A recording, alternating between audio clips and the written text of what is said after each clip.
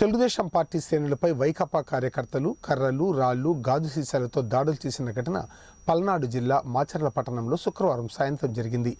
ఇదేం కర్మ రాష్ట్రానికి కార్యక్రమంలో భాగంగా తెలుగుదేశం పార్టీ కార్యకర్తలు స్థానిక రింగ్ రోడ్డు నుంచి ప్రదర్శన చేపట్టారు. ఈ క్రమంలో మున్సిపల్ కార్యాలయం వద్ద వైకాపా శ్రేణులు కూడా భారీగా మోహరించారు.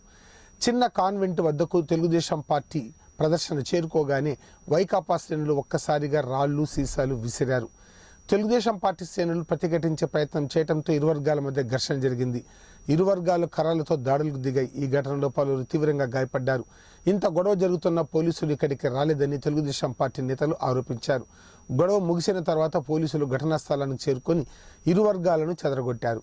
ప్రదర్శన నిలిపివేసి అక్కడ నుంచి వెళ్లిపోవాలని తెలుగుదేశం పార్టీ మాచర్ల నియోజకవర్గ ఇన్ఛార్జ్ జూలకంటి బ్రహ్మారెడ్డిని పోలీసులు బలవంతంగా పంపించేశారు. పట్టణంలో 144 సెక్షన్ విధించారు. ఇద్దరు వైకాపా కార్యకర్తలకు గాయాలు కావడంతో వారిని ప్రభుత్వ ఆసుపత్రికి తరలించారు.